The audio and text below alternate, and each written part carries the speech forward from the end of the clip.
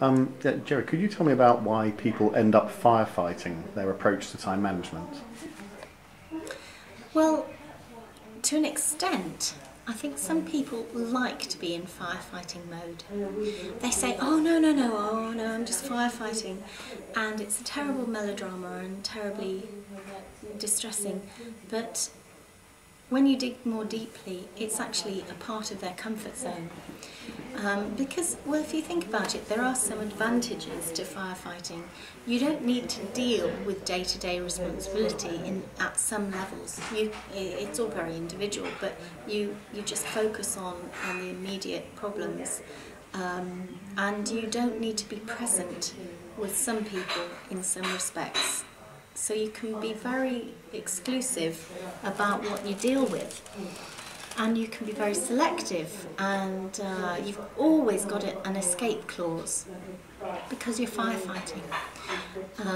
I mean, that's in extreme cases, and that's not everybody, but and it's not all the time, but it can be the case. I mean, certainly now with the global economic situation, people are put in a very new phase of change in our society and our world. Things are changing, and change does bring stress, and it does bring new situations we need to adapt to. So many more people are in firefighting mode because things are new, and they're coping with redundancy, or they're coping with new ways of life.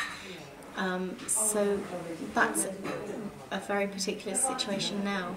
But also, firefighting mode can be an addictive habit because you're living on your nerves and adrenaline, and you're running from one thing to the next, and it's a habit.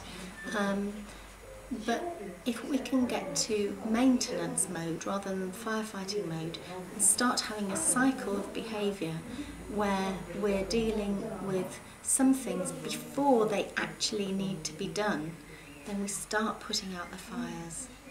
Okay. So it's about starting to do things, and if you're in firefighting mode, you look at something that it doesn't quite need to be done, but it's sort of on the routine. You've got a routine, a checklist, and it needs to be done. You think it doesn't need to be done today, and of course the more you do that, eventually it becomes a fire. So the discipline is to start feeling that you're getting reward from doing that thing, even though it's not a fire that you're putting out. So it's to identify what actually gives people reward, and that may be checking something off a list, or it may be some other way.